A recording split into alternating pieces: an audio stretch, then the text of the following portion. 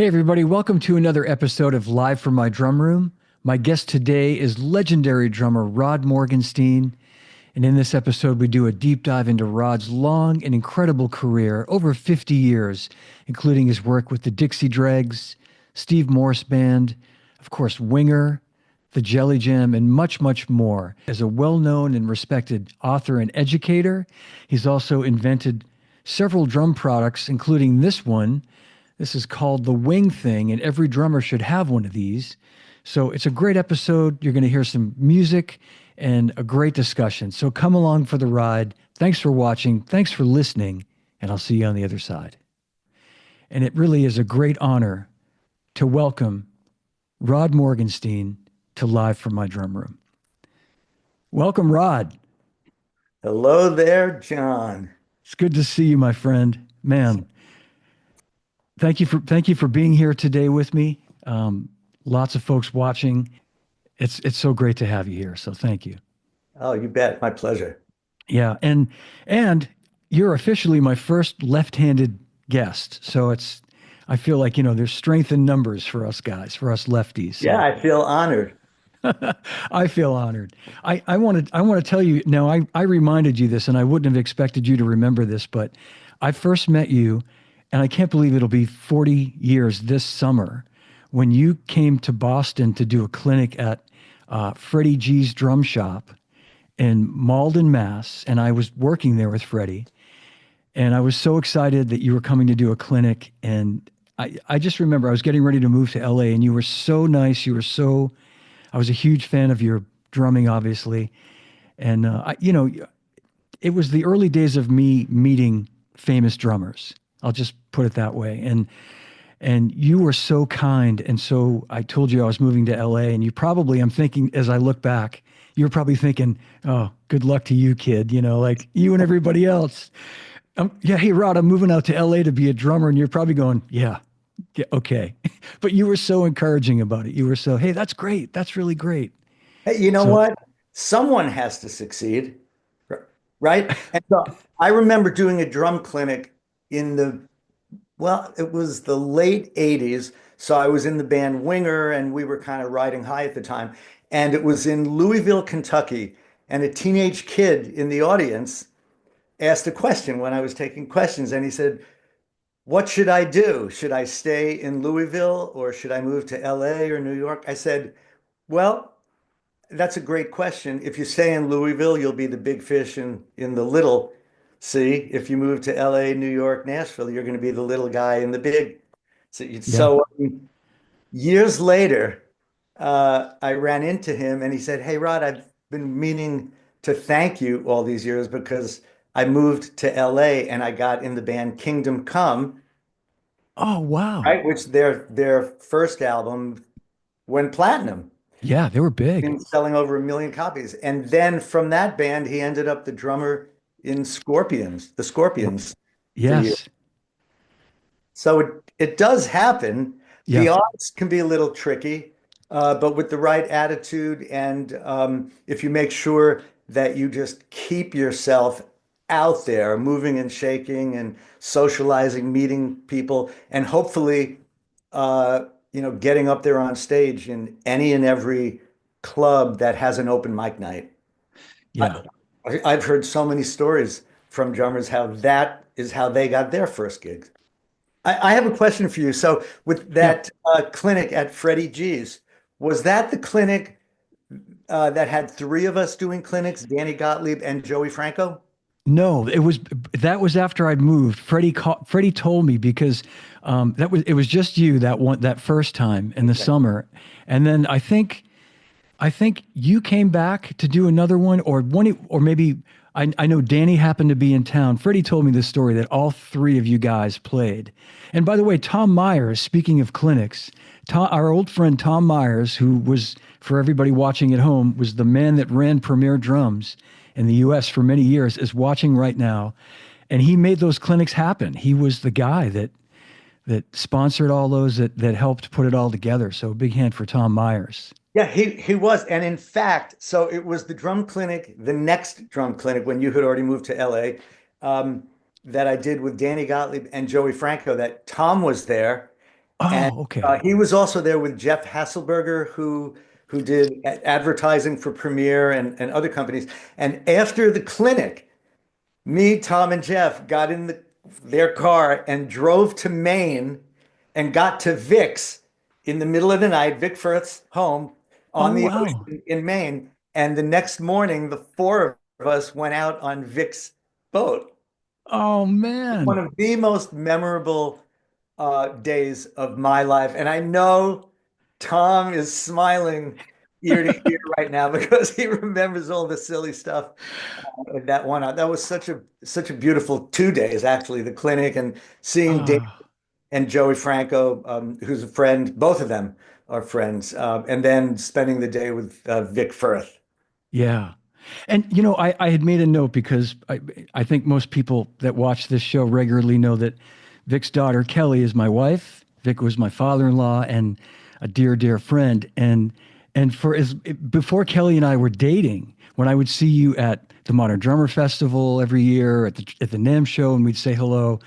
I've been such a big fan of yours, and unfortunately, we worked together for a minute when I was at Drum Workshop. I don't know if you remember that, but I moved to LA and I worked for Simmons and then Drum Workshop, and we had Dynacord, and I think you might have been using some of That's the Dynacord stuff, right? right, right. Wow, Yeah. Yeah, wow. I've like this is like 1986, Rod, 86, 87, and I remember seeing you at the NAMM show in Atlanta, and you played I think with either the Dregs or Steve Morris. And I reintroduced myself to you, and I was kind of like by then I was like working in the business, but I was kind of like the little kid standing by just going, "There's Rod Morgenstein," like but and you played your butt off that night at a concert, and it was just like, wow, man, like this is. But anyway, I digress. But Kelly and her mom Olga and her sister Tracy adore you. The whole family, and Vic, of course, loved you. And I have to say hello on behalf of everybody. So And yet, please send a big hug back to all of them. I love I sure will. all. I will. I will. Yeah, Kelly. In fact, I will. I will. I know you'll take this in the right way. That when we would see you at NAMM shows and places, she would say to me something like, "I know you have a little crush on Rod, a little." And I'm like, well, he's a great drummer. He's left-handed. We're the same height. I mean, come on, the That's similarities continue. So, oh man. Anyway, but let's talk about kind of jumping back to the beginning of when you started. Who were some of the influences when you first were you Ringo or It started with seeing the Beatles on the Ed Sullivan Show in 1964. It was yeah, a life-changing moment. My parents and my sister Carol and I were sitting around the TV, and then Ed Sullivan said, "Ladies and gentlemen, the Beatles." And then I forget what song they played, and later on the show they played another song. I turned to my family and said, "That's what I want to be when I grow up." And I never really looked back. And so, not long after that television show, my dad took me to New York City to Manny's Music and bought me a Ludwig bass drum, snare drum, and 10-inch cymbal, which I still have all of them, wow, um, which I can talk about later. Um, and they then also hooked me up with a private drum set teacher by the name of Howie Mann, who was a big band drummer in the 50s. Wonderful guy. And as they saw my interest and excitement not waning, then yeah, they bought me a ride cymbal, then a hi-hat, then a rack tom, then a floor tom, and I had, you know, the same yeah, the same drum set as Ringo in terms of being Ludwig and a snare, rack, floor, and a kick drum. So, I was 11 years old at the time, and then I gravitated towards Jimi Hendrix and Cream that each had, I guess, jazz, progressive fusion yeah, style players in Mitch Mitchell and Ginger Baker. Mitch Mitchell to this day might be my favorite drummer. There's something so special about him and players from back then where rock and roll was being written then. There were no rules, and Right. kind of anything went. And so that's why every band and artist had a different sound, and nobody put restraints on these drummers Right. like are put on many drummers in the rock realm these days.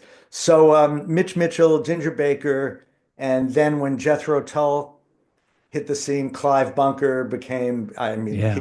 he was my idol. I've gotten to meet some of these people, in my career and feel like a 10-year-old kid when I met Wow. them. It doesn't matter what age you are. When someone was an idol of yours, they're always going to kind of give you that same feeling, no matter what age you are. So then after and John Bonham, so Led Zeppelin and Jethro Tull, then a couple of years after that, the Mahavishnu Orchestra came on the scene. And I'd probably have to say, if I have to point to one band or one record that turned my world upside down and sent me on a path, it was the Inner Mounting Flame, the first album by the Mahavishnu Orchestra. Yeah. And nobody had heard drumming the likes of Billy Cobham then. So, he was a military rudimental drummer that got into the jazz rock scene. So he was a hard-hitting guy, but a hard-hitting guy with a lot of chops and a lot of interesting math in his head. And so put the two of those together, and you had this new thing that Yeah. hadn't existed before. And so most of the Mahavishnu Orchestra's music ventured into all kinds of time signatures. And I wore out the grooves of that record and the following record, Birds of Fire, figuring out all of the time signatures. And, Yeah. and also copying his legs, um, and then from there, that sort of opened me up to the world of jazz. And then Tony Williams opened my eyes to a whole lot of other things. And so at the time of the Mahavishnu Orchestra, I was going to Nassau Community College, a local community college, a half hour from where I grew up on Long Island. And when I was finishing my second year, the one teacher who was a mentor said to me, "Hey, are you planning on finishing your undergraduate bachelor's degree?" And I said, "Yeah, I just don't know where to go." And he said, "Go to the University of Miami." And I said, "I didn't even know they have a music school." He said, "No, I went there and they have a wonderful music program. You should go there." So I went to the University of Miami, and it was there in an improv class on piano because I was thinking, ooh, do I maybe want to be a jazz pianist instead of a drummer? Uh, I was in this class and I was admiring this one guitarist among a dozen guitarists who, with the exception of him, they all played big, fat, hollow body Gibson guitars with all the treble off. And this one guy, long blonde hair, like this really beat up Fender Telecaster body with a Stratocaster neck and Gibson frets and all these pickups on it. It was Steve Morse, right? Yeah. And the teacher was always yelling at him because he didn't sound like a bebop guitarist, but you could tell he was just a monstrous player. And so one day he came over to me and he said, "Hey, somebody told me you play the drums." And I said, "Yeah, I'm a better drummer than a piano player. What's up?" He said, "My drummer hurt his arm surfing. Can you fill in?" And that, Wow. it goes to the Wow, point man. where every single musician that has a career of some sort has their own individual story. Yeah. No two are alike. Like, if I didn't go to this community college, I probably wouldn't have gone to the University of Miami. Yeah, true. Yeah. Taken a piano, improv course, I wouldn't have met Steve Morse. So I wonder, 50 years later, which is, September will be 50 years since I graduated from the University of Miami. I wonder if I'd still be a musician. Yeah, it's those kinds of things you do wonder. I know, like you say, because it's all those things were so dependent upon the other, like each step. And what a cool story. Right. I think, most lucky breaks Wow. don't necessarily happen when you think they are. Yeah, It might feel like it's just another mundane moment. Why can't I have something happen, right? And so it goes back to me always encouraging young musicians to not sit at home. You sit at home to practice and work on your instrument, but just try to be out there playing with as many different musicians as you can, and going, when you're of age, going to as many different clubs that have live music, and especially that have open mic nights so you can sit in and get seen and heard. that's great advice. That's great advice. And the obvious part of that also too, like just playing with other musicians and understanding, your role as a drummer and being able to play with other people where, there's a lot, there's like a, I think it's different from when you and I were younger, where there were like a lot of places where we could play, we could join a band and play gigs. But nowadays, a lot of a lot of kids never really leave their drum room, their house. And like you say, getting out there open mic night lets you kind of understand the importance of playing with a bass player. Like, oh shit, I need to like really listen to this guy and listen to what he's playing and maybe adapt my feel to what he's doing, or all those things that you automatically like are just come naturally to you. But I think for young drummers, it's not as simple, I think, as it was back then, if that makes sense. Yeah, it does make sense. And technology has caused a lot of it. Technology has an amazing upside in that you can have a recording studio in your own home, Yeah. for not too much expense.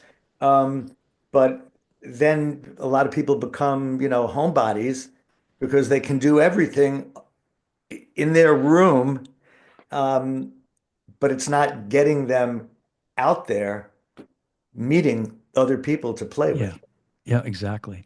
One of the questions I was going to ask you, Rod, it's a, um, did you know right away when you started off playing drums, did you start off playing left-handed? I mean, do you do a lot of stuff left-handed anyway? So was that just wasn't a unusual to you that you played this way? Yeah, no, I set my drums up like I saw Ringo set Yeah. his drums up. So I played right-handed, but fortunately, within a few months, I was taking private lessons.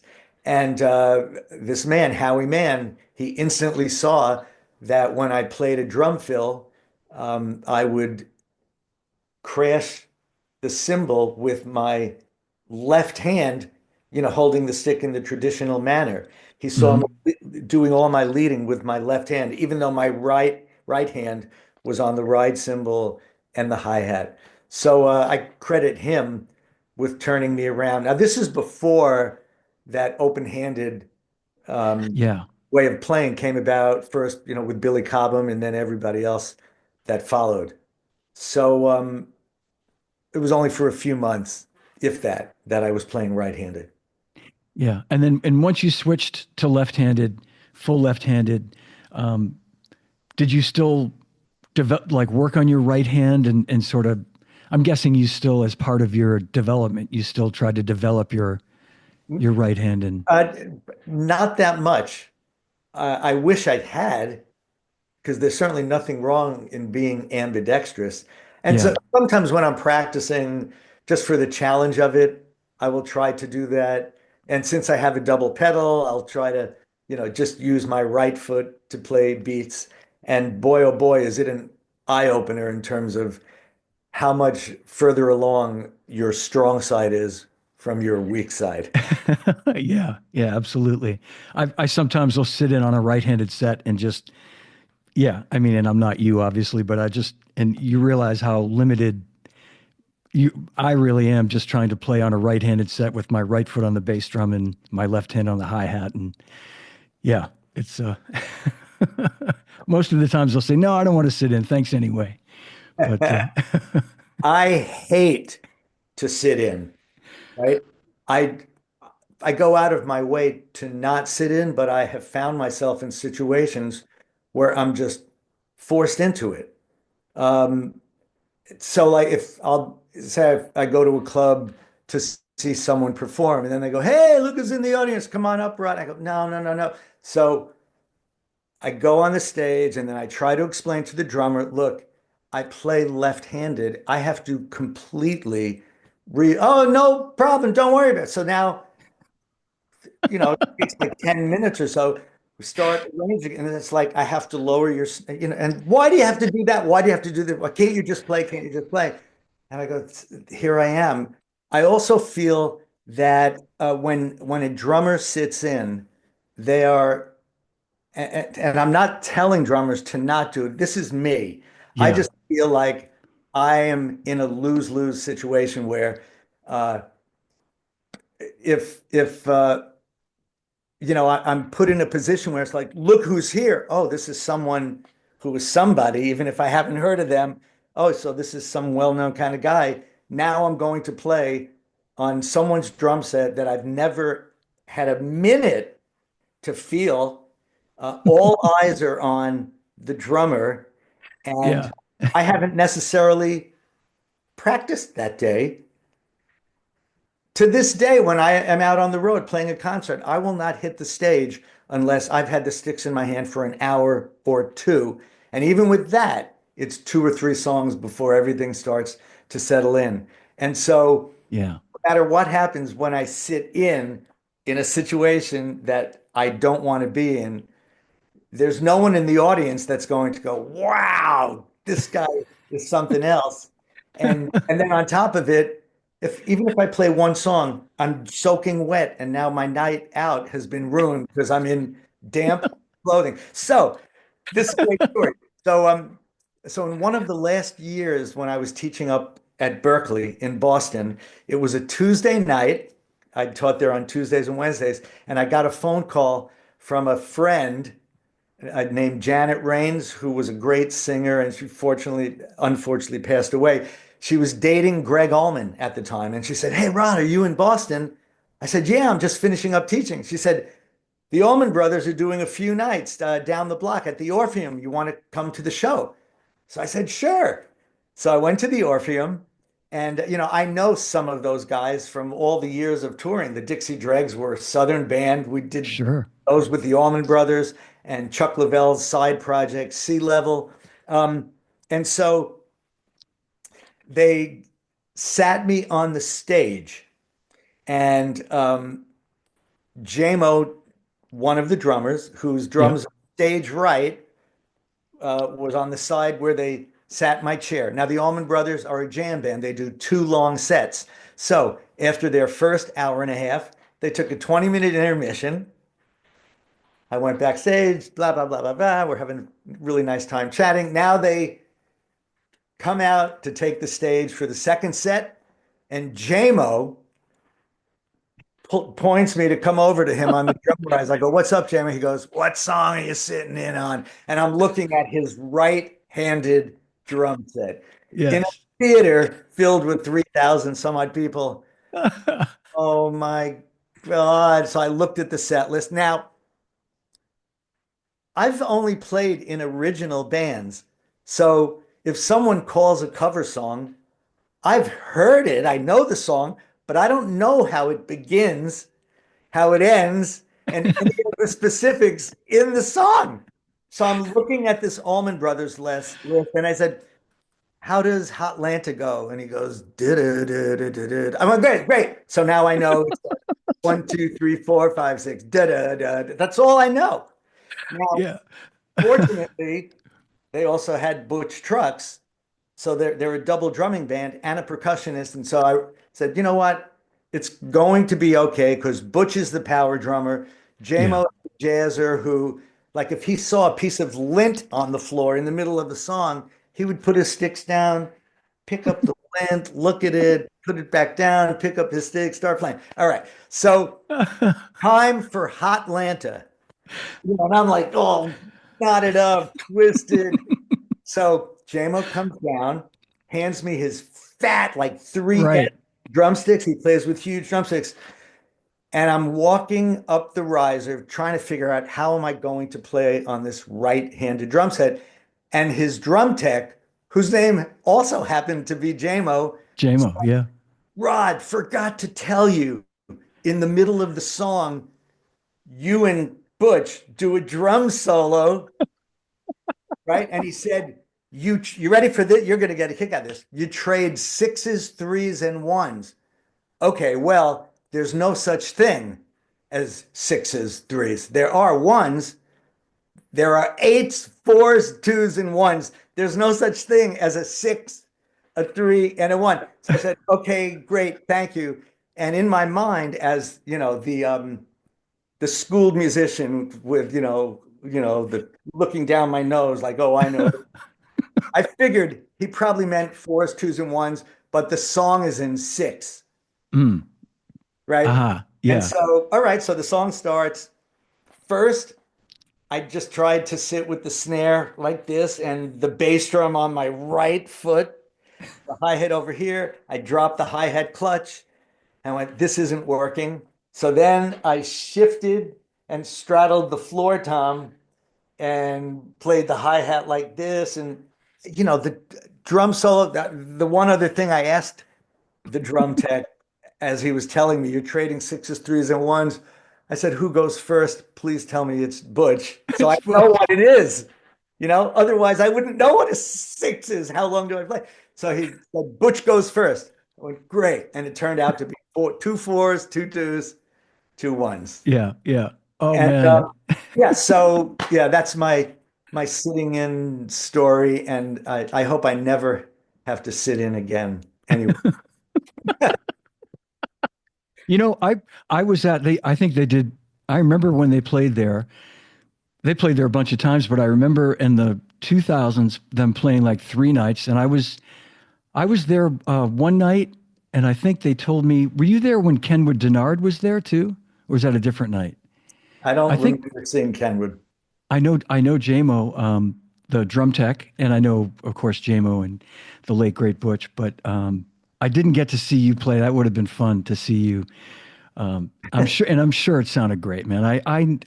You can't not sound great. Sorry, but But like when you're at 75% or 50% of what you're capable of, you don't, at least I don't want to have to be in front of the public. That's all. yeah, I totally get it. I understand. Well, talking about when you mentioned Steve Morse and you had told me that when we first connected a few weeks ago that this year is 50 years that you graduated, and that's really, I mean, Dixie Dregs had been around for a little while before that, but really that was the beginning of the band, really, wasn't it? Yes. 50 years ago. And so maybe just talk about that a little bit and just those early, like when I listened to that music and I had started to do a deep dive back into it in the last couple of weeks since we've been talking, and it's like the creative juices that you guys had in those days must have just been like nonstop. It sounds like everybody was just coming up with innovative ideas and like you said, the influences of like Mahavishnu, but you guys were so groundbreaking in what you were doing. I just It was a very exciting period. Steve Morse is the writer of the Dixie Dregs music. Now, fortunately, being a drummer, um, most non-drummers don't really know what to ask of a drummer because we play a different instrument. It's a different animal right. when you're figuring out how to create your rhythms and how to place them uh, throughout your drum set. So, Steve uh, would have a new song, and then the way things would work is, he would take 10, 20 minutes to show a few measures to Andy, the bass player, and then a few measures to Alan, the violinist, a few measures to the keyboard player, whether it was T. Lavids or Mark Parrish or Steve Davidowski. And I would just be sitting there as they're learning the few measures and start formulating ideas. And then, Steve would always say, yeah, Sticks, you know what to do. Just, you know, Okay. do your thing. Um, and that was the process. It usually took, a full long day or 2 days or 3 days to learn a song. Now, naively, all of us just thought, how hard should it be to get a record deal? We're playing this cool music. I mean, you can't really tap your foot to it in a lot of places, and there's no singer. but most people don't really care about that, right? Like this is just great Yeah. melodic instrumental music. Well, every door was shut, slammed in our face in the beginning, right? So here, we had all these altruistic, just amazing dreams of how easy it was going to be. And Steve and Andy and Andy was our bass player, is our bass player. We went door to door in New York City. We got the names and addresses of like 30, 35 record labels. And with this demo album that we had done back in Yeah. the University of Miami, um, we'd say, "Hi, we're a band. Can we meet with your A&R person?" And with the exception of two or three places, they just said, "Here, give us your record, give us a contact address, goodbye." Um, Mm. the people at Reprise Records that had Jethro Tull and Robin Trower, and they were less corporate than a lot of these other companies. They brought us in and we sat with an A&R person. It was very nice. And then someone at CTI Records, that was that jazz label that started Yeah. doing, sort of like pop jazz Yep. kind of music. They were nice enough and let us come in and sat with us. But at the end of the day, about a month later, we had 30 some odd rejection letters tacked to the wall. And so it was a dejected feeling, but I think for most of us in the band, it made our determination even stronger to prove the world wrong. Now, we even had the manager of Weather Report when we were playing at some college convention where you're trying to get gigs at colleges. Yeah. He heard us and we're like, "Oh, this is the manager of Weather Report." He said, "Yeah, guys, give it up. It's not worth it." No kidding. Yeah. Yeah. Wow. So even someone like that was managing like the highest profile Yeah. jazz fusion band at the time, along with Mahavishnu Orchestra. Yeah. Said it's really not worth the effort. And, so um, Yeah. ultimately what happened was, I mean, we had some interesting experiences. I had an experience with Bobby Colomby, the drummer from Blood, Sweat, and Tears. I had sent him the record and, because his name and address is on the back of Jaco Pastorius's breakout album. So I sent him our demo and he called me up Wow. and said, "Hey, Rod, I'm coming to Atlanta on some business. If you and anyone in the band wanted that."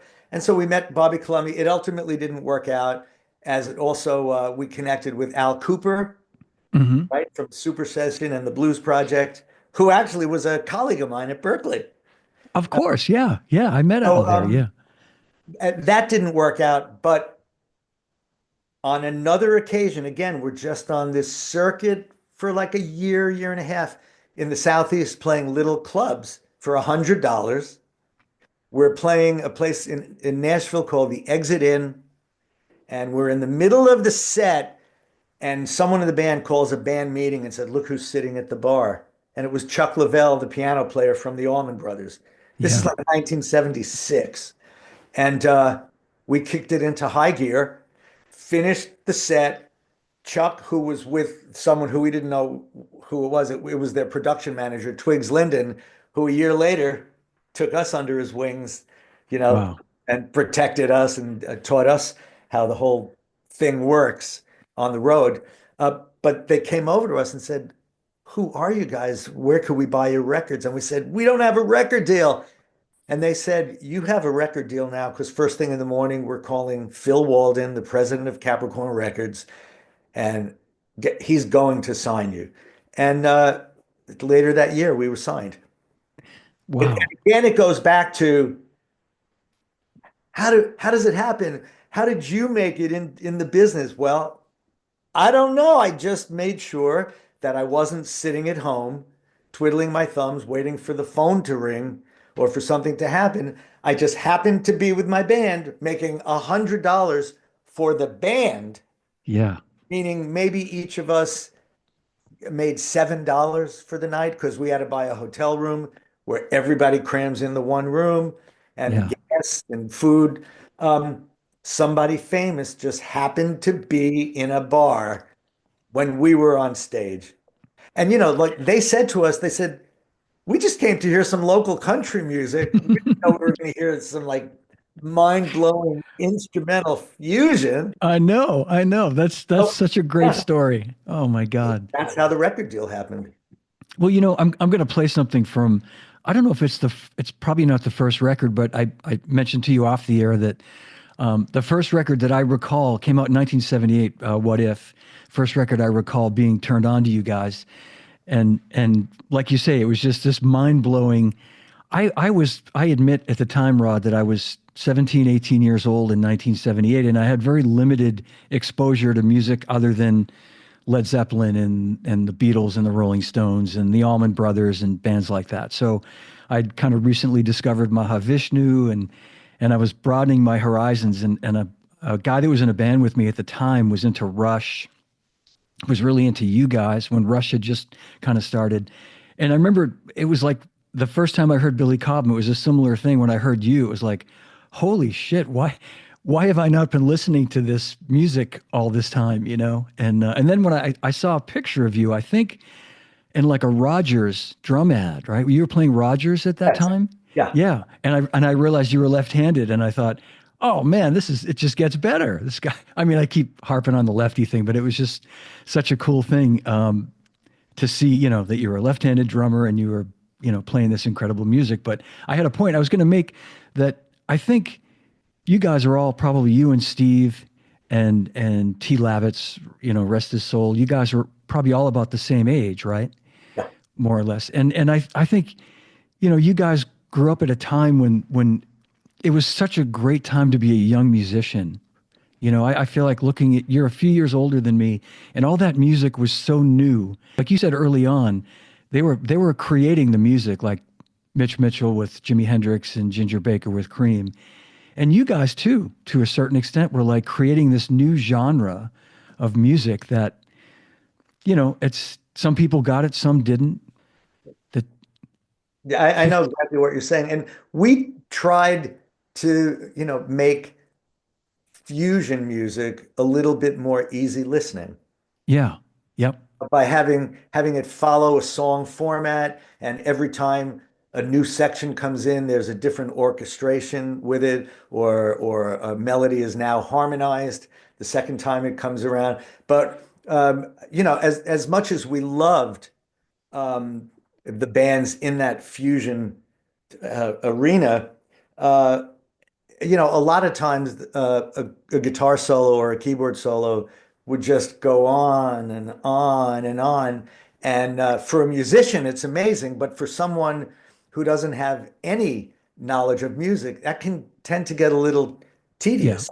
And yeah, so in the Dregs format of doing things, solos were kept to 4 measures or 8 measures or 16 measures to just try to keep the listener in with us. And now, okay, so I just want to tell you a funny story with Take yeah, It Off the Top, which is the yeah, song that you're going to play. This was on the Dregs' second album. So the album's called What If. We were not happy with how our first album turned out. We were very disappointed in the production. With this album, we were getting to work with Ken Scott, who at the time was one of the A-list engineer producers. So Ken's career started as a teenager, making coffee for the people that worked and the bands that recorded at Abbey Road Studios in hmm England. And he worked his way up to being an engineer. And then the day came where he was the lead engineer on the Beatles' White Album. From there, he went on to engineer and produce acts like Elton John, David Bowie, Supertramp, and then he was the guy that did all of those breakout fusion albums, right? Mahavishnu Orchestra albums, Stanley yeah, Clark School Days, yep. Billy Cobham Spectrum,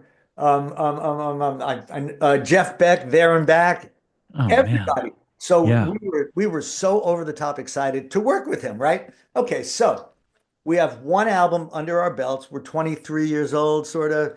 Um, a little bit of attitude, like, hey, I'm a recording musician. I've seen it all. Okay.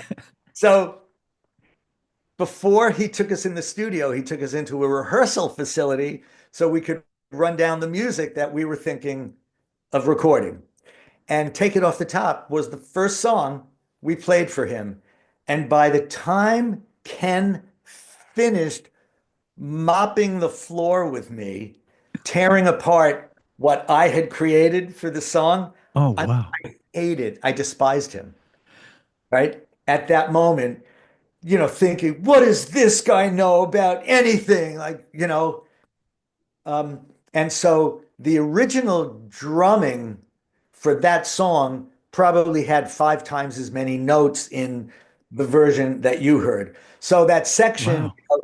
that go do do do do do do do do do, I was going do do do do do do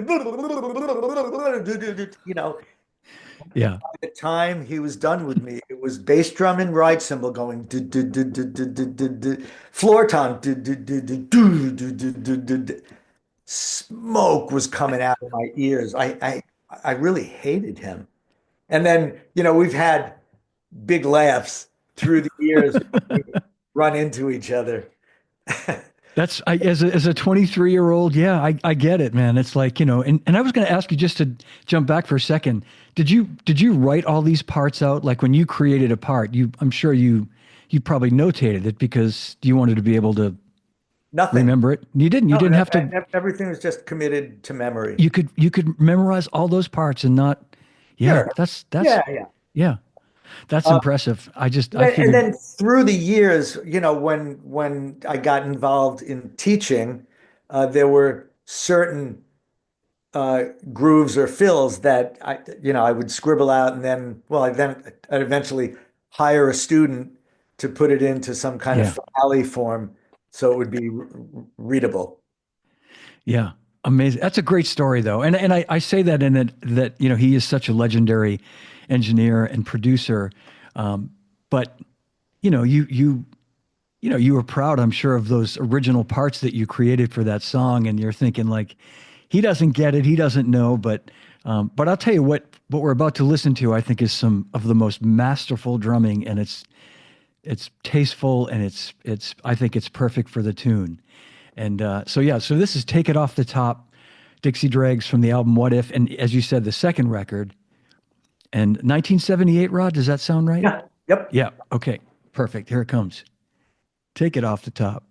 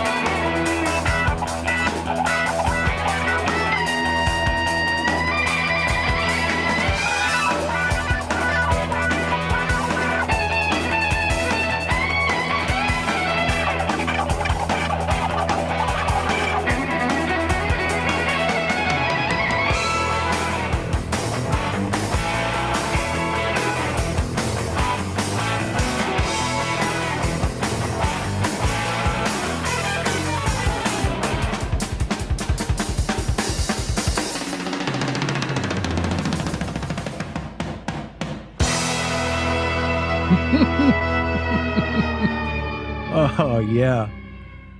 Brings back memories. Oh yeah. It must, man. Just your playing is just so like just free and loose and fun. It just and I think if you let me if you'll permit me to say it, Rod, it's I think Ken it's like a happy medium there. You know, you still got to play lots of great stuff there and no doubt about that, you know. He taught me that the song is not all about any one instrument. He said, Yeah. you're bringing something special to the song, but you have to like respect the piece of music first and then bring to it what it needs, not throwing in all your coolest licks so that whatever drummers happen to be listening to it are going to hear it. It was That's a I mean, very, very important lesson. it is. It is. I know, and we laugh about it now, you know, and now at our we're older and wiser, so to speak. But at age, you know, like when you're young, and you know, I think any drummer who can play the way you play, that would be a natural. I think that would be when you're playing that kind of music, that would be the natural instinct would be to want to, you know, throw in a lot of cool stuff. So yeah, Yeah. understandable. I'm very thankful that I had lessons like that throughout my career because they played a role in my, getting the gig with Winger. Yeah, yeah. I want to talk about that too. I was going to play another. I'll come back. I did want to play a later Dregs tune that featured Alex Ligertwood. Lidgertwood, Lidgertwood. Okay, great I never knew how singer. to. He Great singer. sang, he sang "I'm Winning," the Santana song. Yeah, yeah. And I love that song and you know and I didn't realize I guess I'd heard this song but didn't realize that was him until I started doing some more research and realized that he sang on this tune and I guess on the record Industry Standard is where you had some vocals with Patrick Simmons from the Doobie Brothers and Alex. So, but I do want to talk about Winger for a second because that I was so happy to see you in that band from the standpoint of just being a fan and this commercial success that Winger had. And maybe you can just talk about how all that came together. That was in the mid to late 80s. Yeah. So, So I graduated in 1975 in the fall and moved to the state of Georgia to yeah. start full time with the Dixie Dregs. And so for the next 11 years, first for like the first eight or so, the Dregs were a full-time band. And Yeah. after the sixth album, the industry standard album, we decided to kind of part company as friends and reunite somewhere down the line. And so at that time, Steve asked me to continue playing with him in a trio. He wanted to start the Steve Morse Band. So, Mm-hmm. we did that in like 1983, 84, 85, culminating with really 3 months with opening for Rush on their Power Windows tour, Oh which yeah. I mean, that was an experience in and of itself, getting uh, to be friends with Neil Peart and Geddy Lee and Alex. They were such, you know, just upstanding guys that treated us as nicely as anyone would expect a support band to be treated. Um, but when that ended in early 1986, Steve got called by the group Kansas, who were reforming, but Right. their main guitarist, Kerry Livgren, uh, didn't want to go back to it. And so they called Steve to see if he wanted to join their band. And so I said, Steve, you got to do this. So he joined Kansas. And then I found myself in the middle of 1986, um, you know, gigless. Wow. 11 years out of college. I mean, I thought the Dregs really were going to be my band till I Yeah. put the sticks down.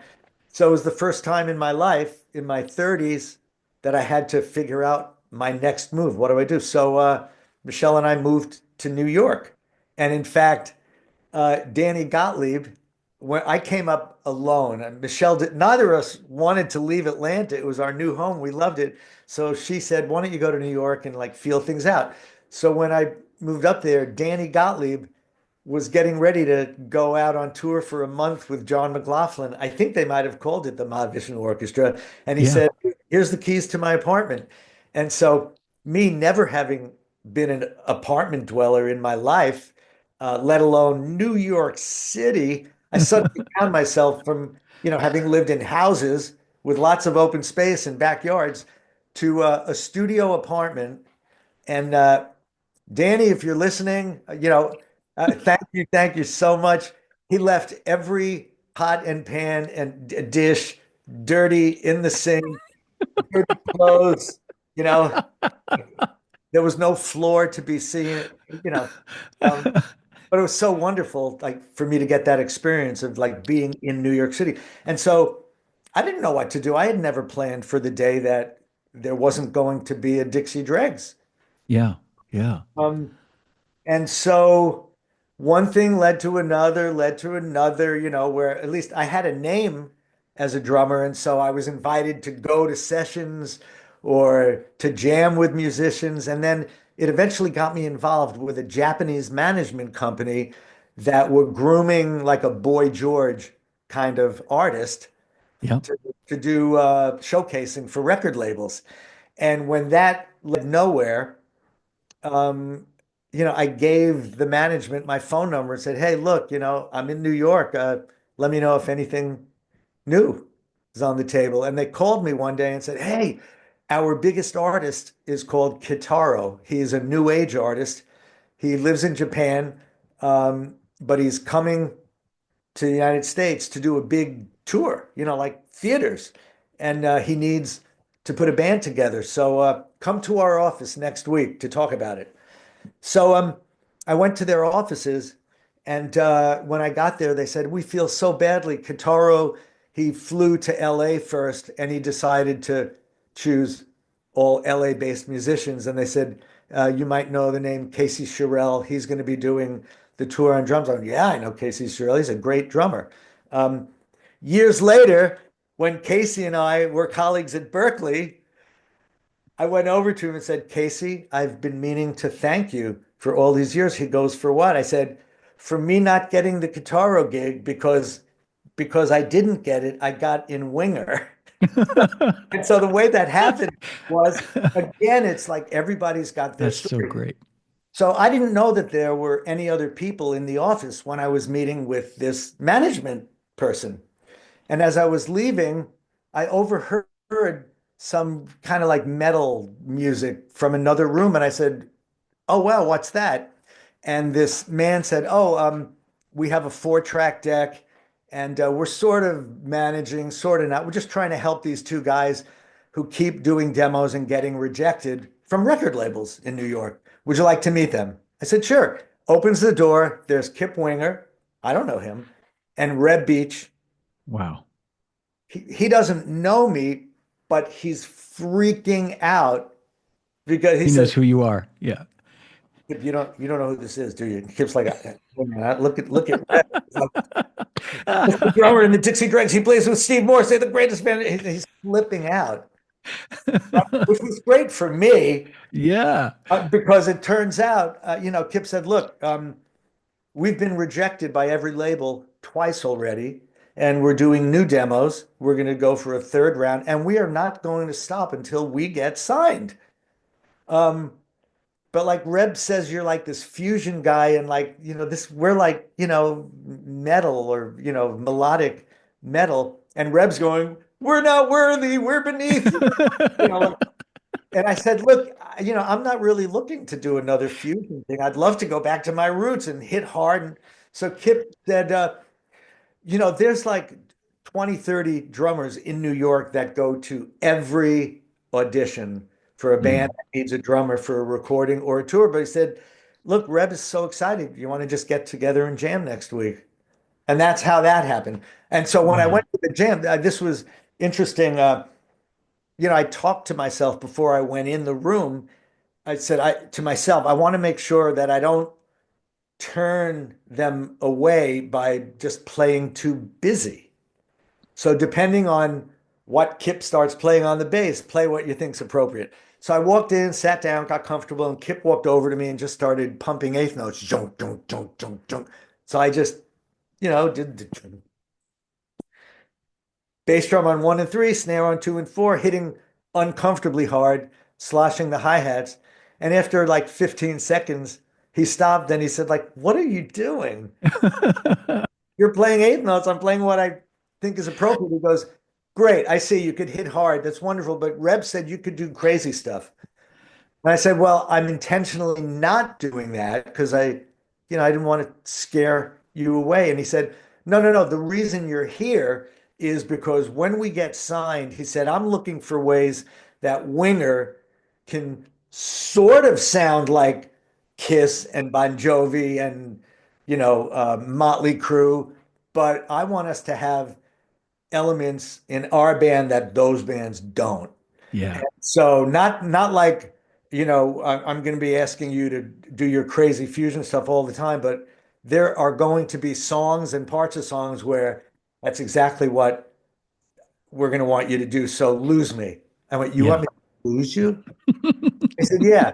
So like, I didn't realize at the time, I didn't know anything about Kip.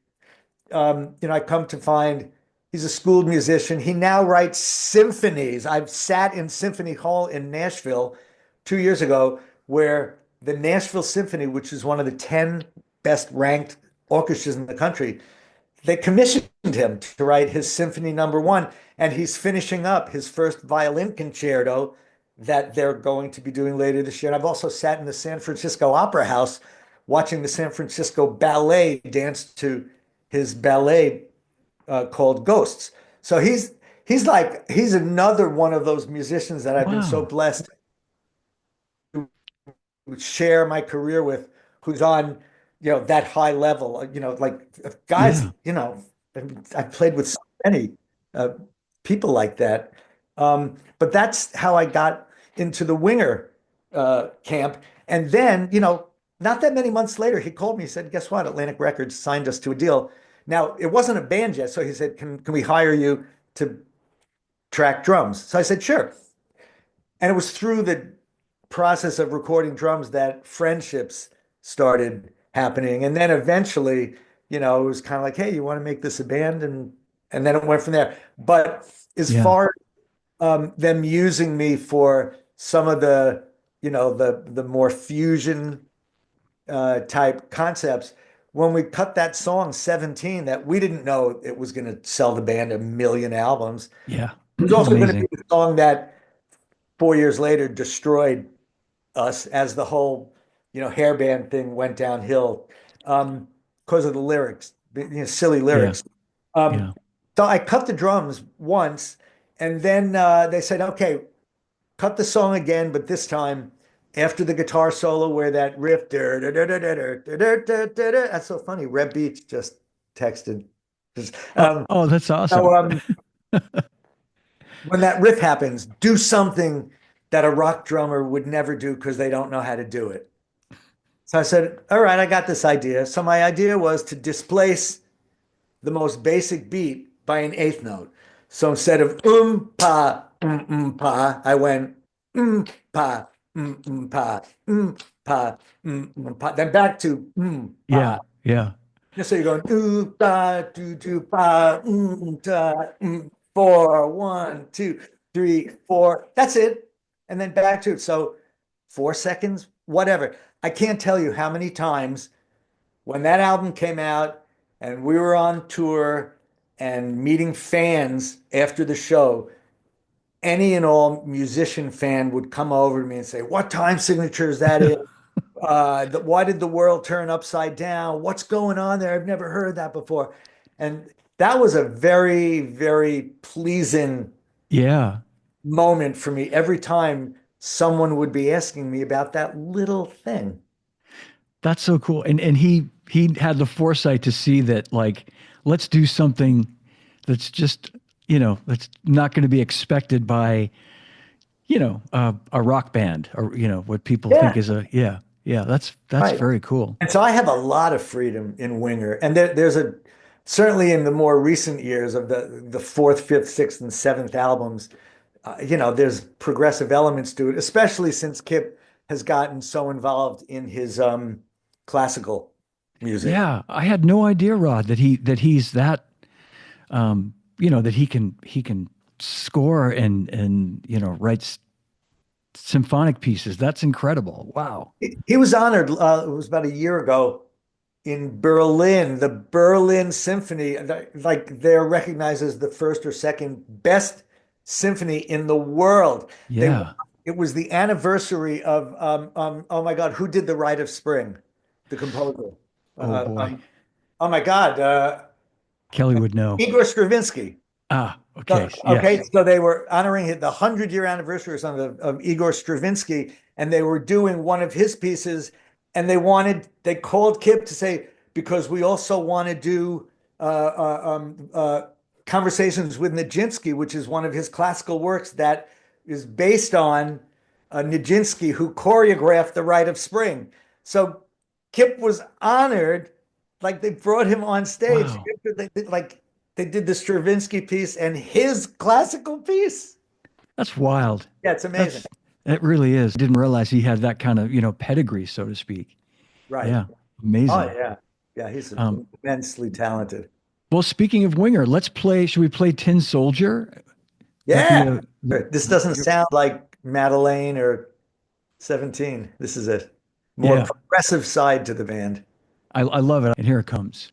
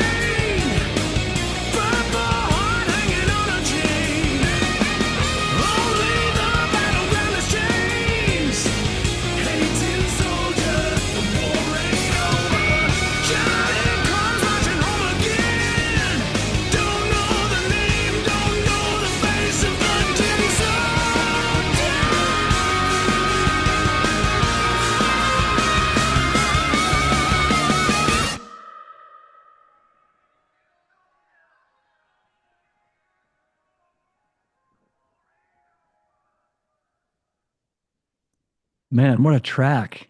Love that.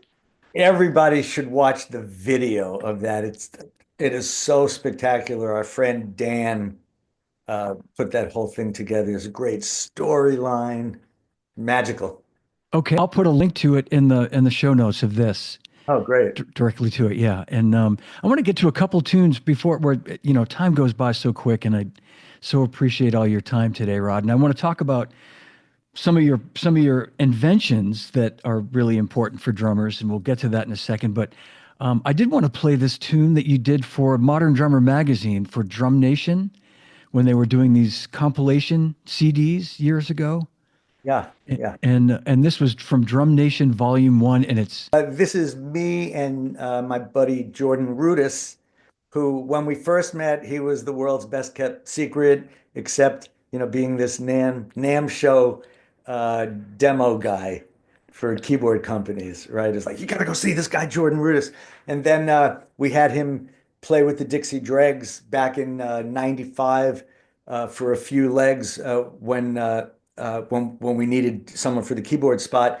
And then most recently, when the Dixie Dregs toured last year, Jordan played keyboards with us. So it yeah, was so nice for he and I to be able to hang again because he's so busy with Dream Theater, and I'm yeah. so excited for all the success that they're having and that he's had with them. So I had written this piece of music, or I'd written like 90% of it, um, and when I was contacted to do it, I called Jordan and said, "Hey, you want to work together on this?" And he said, "Sure." And so in the middle of the song, because it was a song for a drum album, they said, "We want the drums to have a feature in it." And so I created like a rhythmic drum pattern. It's part of like a drum solo. So when it happens in the song and you only hear the drum set, it's a specific series of rhythms. Then I do it again, but the one piece that I needed Jordan's help in to create was to just come up with wild and crazy jazzy kinds of chords just to fit the rhythm. So that was, Jordan's part in the writing of the song.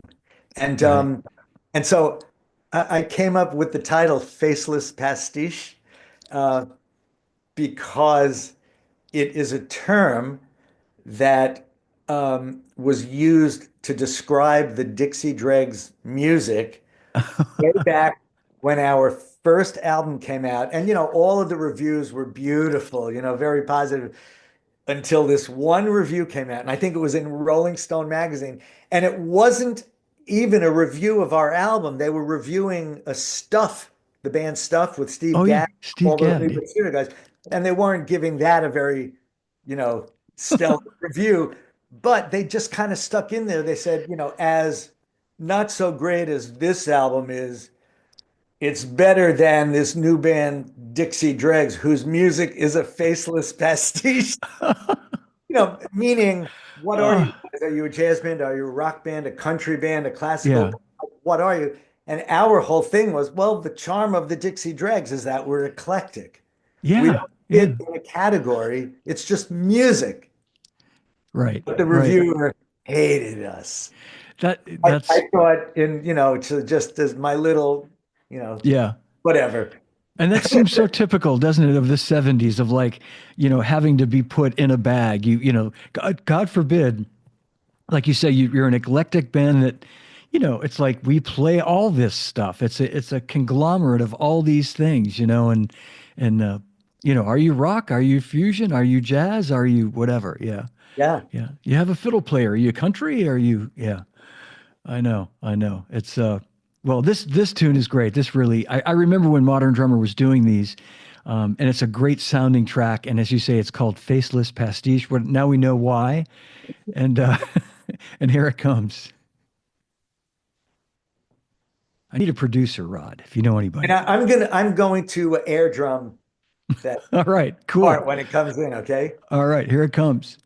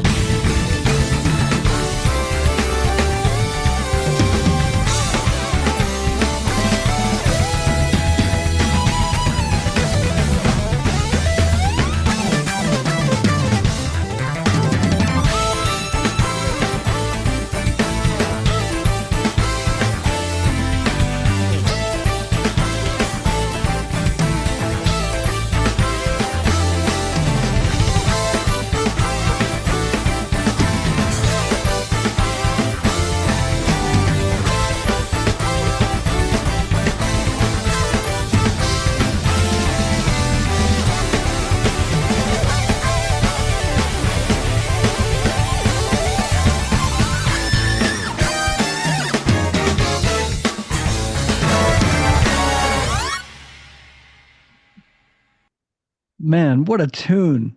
What a tune. Jordan is so amazing. I love you know, when the melodies are harmonized, but then triple harmonies, three notes. Ah, Yeah, yeah. great. Yeah, great part. And just amazing drumming, tasteful, Thank you. just yeah, incredible. Well, Rod, we'll come back and play some music when we wrap things up, but I want to talk about some of these cool products that you've got. First of all, this guy right here, which you were kind enough to send me, the wing thing, and I'll let you describe it, although I think people can probably, and by the way, a bunch of people watching have commented about it that have it and love it. So yeah, the wing thing. The wing thing. So, I think every drummer, no matter what style of music they play, at one time or another will come up with a handful of issues that they have to deal with on their drum set. All right, so one of those problems or issues has to do with the wing nuts, of which there are many in a drum set. Like a regular cymbal stand has four wing nuts, a boom arm cymbal stand has five, and if you put a clamp on it to have a little thing coming Yep. off, it has nine, right? So one stand can have nine wing nuts on it. So I have found through my 60 years of being a drummer, um, if I haven't loosened a wing nut in a while, it is virtually impossible to loosen by hand. And so Yep. I've hurt my fingers and my hand. And so what does a drummer do? They take their pair of drumsticks and clumsily put one on top of the wing nut, one on the bottom, and then try to kind of work it that way. It slides off a lot. Once in a while, I hit myself in the head. Um, and then in terms of tightening wing nuts, sometimes tightening them by hand does not do the job. And so, before I had this device, so I'd be, so it doesn't matter when you're practicing, but when you're up on stage playing a concert and you slam a cymbal and all of a sudden the tilter wing nut loosens up. So now the cymbal is doing Yeah, 180. Right? absolutely. And then either you or if you have a tech, they have to come running on stage to kind of fix it up. Uh, the really good story with tightening a wing nut or not tightening it enough is with the hi-hat. So a hi-hat has a cymbal on the bottom and a cymbal on top, and then the cymbal on top is held on the rod with a wing nut, right? So I would always crank it as much as I can, and then start playing. And now if my foot is going if I'm not paying attention, sometimes I'll notice like I'm not feeling the impact, and then I look and what's happened to the cymbal? The top cymbal has Yes. gone way up on the rut. Okay, so now try to do with the sticks, the clumsiness. I never ever seem to have like a pair of pliers or whatever after all these years of playing. It's still just never had the tools, and so 40 years ago, I had the idea of like, hey, you know what? Why not like a drummer's toolkit? Mm. And I brought the idea around to many people, and then it just never kind of turned into anything. So about 5 years ago, Winger was playing in Pittsburgh, and a friend of mine, someone who became a friend after first being really like a huge fan of mine, when Michelle and I moved to New York City, for me to start making some money, I started teaching at the Drummers Collective on Right. 14th and 6th, right? And so one day, guy comes in, introduces himself, and he's a drummer turned businessman who lives in Michigan, flew from Michigan. So every 2 weeks, he'd fly to New York to take a 2 hour lesson with me. What started as an acquaintanceship turned into a friendship. We stayed in touch through the years from 1986. So fast forward to like 2018. Uh, he drove down from Michigan to Pittsburgh, Pennsylvania. Winger had a day off before we were performing. And so we went to dinner. He took me to the most amazing Thai restaurant I've ever been to in my life. It was sensational. And so I don't know how it even came up, but I brought up like this, survival tool concept to him. And that was the beginning. I finally found a human being who saw what I was seeing. And what first started as just regular conventional tools that you could buy at a hardware store, it kind of morphed into no, like, why don't we design one of a kind tools specifically for drummers? And Yeah. like, let's focus on like the first tool uh, dealing with wing nuts. And so it took, I mean, it was probably 3 or 4 years, first beginning with manufacturers in China, because, like, everybody that's in business says, oh, no, you can't make things in the US, it's Yeah. too expensive. We eventually decided to just go for it and said, you know what? There's something to be said for products that can be designed right under our own roof. And so we made the decision, as expensive as it's going to be, which is like considerable, let's do it. And we're so happy that we made that decision because, we really feel like we've come up with something special. And also, to my partner Jim's credit, when we started working together, he said, "You know what, Rod? Like all of the bands and musicians that you've worked with are like top shelf players, and everything that you do, like to him, I'm not talking about myself. He said, like it has class, and you have respect from your peers and people in the industry, and so like." Let's not spare any expense then. Like, let's not make it Yeah. cheesy. Yeah. Anything. So let's make a like top quality tool.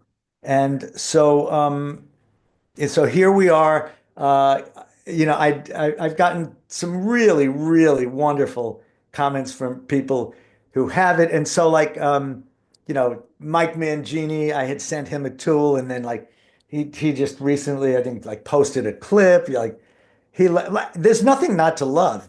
You know what I mean? Right. Because Yeah. it just slides over any wing nut on any drum set, Yeah. and it does the job. Mike Tirana, do you know who Mike is? I know. Sure. I know, Mike. Yep. Amazing, hard-hitting drummer who, Yeah. played with Yngwie Malmsteen, and he's got Ray Luzier from Korn, and I have to tell this great story. So, about a year ago, Jim, my partner, gets a phone call from someone saying, "Hi, I'm the buyer for Metallica." So Jim said, "Metallica has a buyer?" And they said, it's a big organization. Hundreds of people work for Metallica. Well, Lars Ulrich's drum tech, Jimmy Clark, is like raving about some kind of tool that you had. We need six of them because on their current tour, there are four drum sets scattered around the stage, and he wants a tool for each drum set, and he wants a couple for himself. And uh, so we have since spoken with Jimmy. And I don't have my phone on. If I turned on, I could show you. So we've kind of like become phone friends.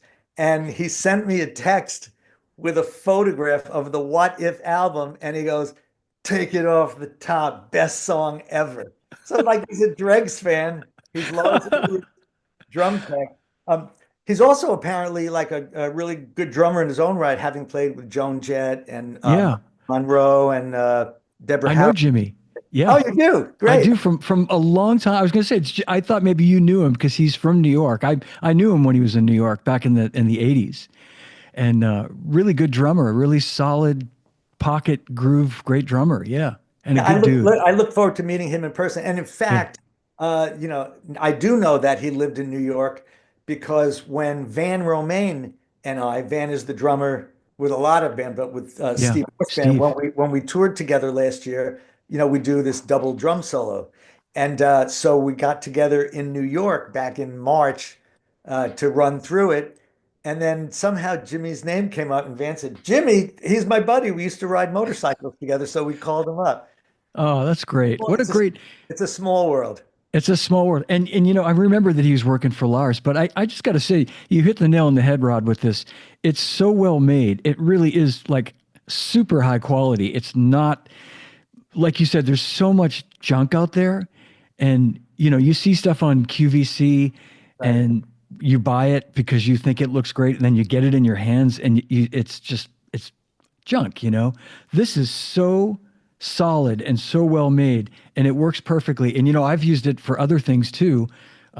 My little boom mic stand here that I've got, it's got a wing nut on it, and I can never get it tight enough. But just earlier today, I was just kind of using it for some other stuff. It's a great tool. Yeah, I And have had a couple of guitar techs tell me they use it with their rigs in some capacity. And so if anybody's interested in like reading about it, they can go to morgensteintool.com. That's where there's all kinds of info. Also, on the site, it lists 30 some odd drum shops that are carrying it. And then we also sell it directly from the website. And then another thing that I'm really excited about, sometime next month, 55 guitar centers will start carrying it. They call them their drum destination stores. yeah, And if fantastic. things go well with that, they'll add them to their other 290 whatever stores. And so Guitar Center also has Musician's Friend, Yeah, and now it recently became available on Amazon, and then hopefully later this year, Sweetwater. So it it's a that's very great. exciting time for me and my partner right now. Congratulations, Rod. So well deserved. If I could give you one bit of advice, I Yeah, I think you've made it too well. You need to make it so eventually it'll break, so people have to buy more, because I don't think this is ever I going to know, I know. break. It comes with a lifetime guarantee, even if you're Yeah. not the original owner. Wow, that's a I, great. I That's think short of putting a chainsaw to it, it's certainly not breakable no, being used around a drum set. no, it's not. It's you'll have this for life, absolutely. And I want to thank you, and I think a million drummers want to thank you for giving Vic Firth the idea of these isolation headphones that everybody loves and uses. These are lifesavers, man. These are, and my grandkids love these. Ah, the kid phone. That's so great. And So yeah, it, most inventions come about because of a need. I was thinking about before we went live how when the airlines used to carry like the Brookstone magazine, yeah, uh, with all these inventions, I'd thumb through it and not understand how I even managed to live to this point without 30 of the things in there. yeah, yeah, Like, absolutely. necessity is the mother of invention. And so back in 1989, when Winger was touring for the first album, we did a hundred shows with Cinderella and the Bullet Boys, an arena tour. And every night, uh, to close the show down, all three bands would be on stage doing a couple of Rolling Stone songs. And I would get off stage and my ears would be ringing insanely, but I'd go to sleep, wake up the next day, and the ring, it was gone, right? And Yeah, so you don't yeah. think anything of it. Well, right towards the end of those 100 shows, it was the first week in August 1989. I'll never forget it. I woke up the next morning and the ring was there. And how many years ago is that? Like 30, 35. still ringing. Yeah, And that was the wake up call to start protecting my ears. And so, the way that I didn't just come up with an idea, hey, how about an earmuff with speakers in it? I had to start learning some new music for the next Winger record. And I remember back when we had Walkmans yeah, with either before CDs, like with cassettes or CDs, and they had these little cheesy headphones. So when I had started teaching at the Drummers Collective, another uh, student had come in and he had these orange gun range phones, and he gave me a pair because he said they'll help protect your ears and they really make the drums sound cool too, crisp, low endy. And so I was using the Walkman. I'd put the headphones on upside down and then put these orange phones over it. It wouldn't seal it 100%, but it sealed it enough to where I could lower the volume on the yeah. Walkman to learn the music. And it took like, it didn't happen in the moment. It was like a week or two or three later where ding, Yeah. oh my, what if we put speakers in an orange, you know? And Yeah. I brought the idea at a NAMM, the next NAMM show. I told like to every microphone company, every headphone company, every electronic company that I could think of. And every one of them said, there's no market for it, Rod. Forget it. And then when I mentioned it to Vic, he said, Yeah. you might be on to something. I will say this, that he really, he first of all, he listened. He was always open to listening to ideas and suggestions. And he just had a great ability to cut through a lot of that. Like you say, that he could look ahead to the future and think, yeah, there's a place for this. There could be a place for this. And here we are all these years later, like you say, and there's like such an integral part. When you think about, everybody uses these now, in one shape or form. Yeah. Yeah. So thank you. Yeah. Yeah. Yeah. You're welcome. Uh, and as far as the tool company, we do have a second tool that's like it's in the pike, and hopefully we will get it out later this year.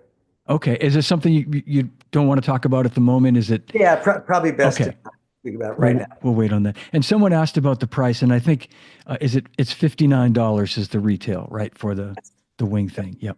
Yeah. Great. And lifetime guarantee. And yeah, I mean, unless you lose it, you'll never have to get another one of these. And I think you got to think about that, Rod. You got to, I don't know. That's right. We have to work in the planned obsolescence or No, well, let's play another tune.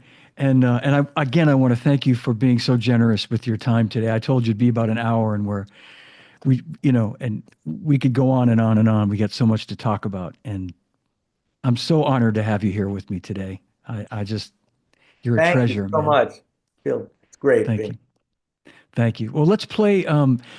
Got a couple other choices. We could play another Dixie Dregs tune. We could play. There's the Jelly Jam too. If Yeah, you want to let's play, do that. yeah, let's play that. That's Yeah, so great. the Jelly Jam is a power trio with John Mayung, who is Dream Theater's bassist, and Ty Tabor, who is the guitarist and vocalist with King's X. Right And on. is this the King's? Yes, this is I Am the King. I am the King. Okay, so when when I'm getting ready to like do an album or if music hasn't been written yet. On my drives back and forth to Berkeley, which was like a 5 hour ride, 240 some odd miles, I would sometimes set the cruise control and then try to create like interesting drum patterns. And in the case of this song, uh, the main groove to the song was the first thing that happened, So like I spent hours just with the steering wheel and my Wow. feet, which were free. And then when Ty, John, and I got together to start creating music, I said, "Hey guys, like I got this groove that we got to be able to do something with it." And within minutes, the song happened. Came together. Yeah. It Isn't that started with great when the drum beat. this is I Am the King, the Jelly Jam, and we're gonna wrap things up here. Here we go.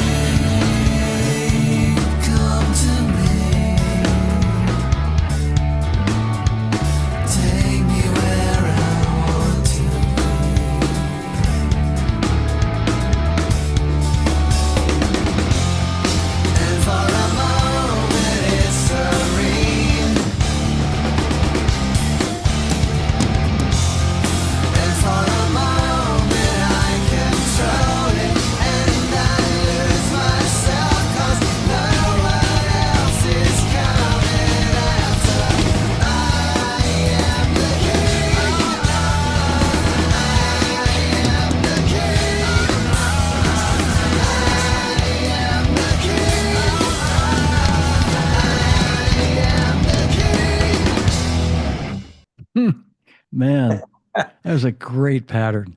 The thing that makes it work with the drums being so syncopated is the vocal line is just going da da da Yeah. da da, and then there's all this wacky, syncopated stuff going on between the kick and snare. Yeah. It doesn't feel like it's an odd time. It Right. feels like, yeah, it feels like it's just a flowing groove. So it's Yeah. like deceptively simple. Someone who's not a musician, who's just like a casual music listener, they might actually be able to listen to it and go, yeah, hey, that's a nice song. Absolutely. No, but I know what you were going for there. Yeah. Where it's very melodic and listenable in terms of like, yeah, having a wider appeal to an audience. Yeah. Yeah, yeah. So as a drummer, that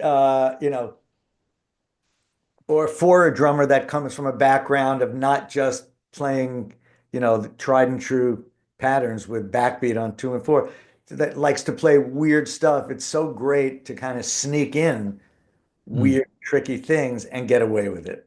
Yeah. Yeah. Well done, Rod. Well, man, thank you so much for being here today. This has been just a pleasure and an honor. And I want to remind everybody that I'm going to put in the show notes. This is going to be up on YouTube. I'll put all the information on how you can buy a wing thing and some other notes in there too. I'm going to mention in there the link to your book, Rod, the drum set musician.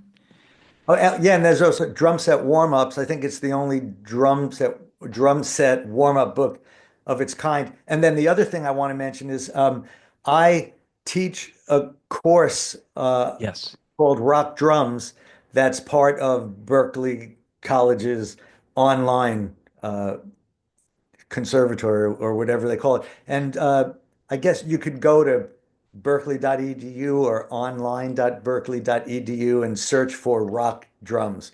And so it's a 12-week course. And if you want to take it for 3 college credits, you can. But if you also just want to take it for whatever reason, it's available that way too. And I teach it.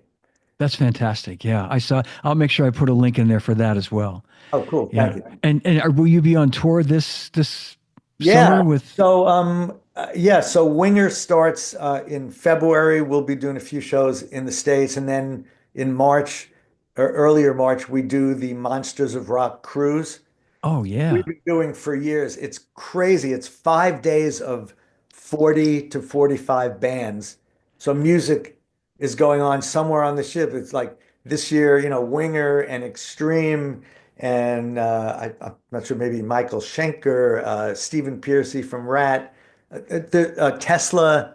Yeah. It's Yeah. going on it's so much fun, and it sells out way in advance, the Right. 3,000 or so tickets for people to do it. And then right after then we're going to Japan for a few shows, and then from Japan to Australia, which will only be the second time we've ever been to Australia.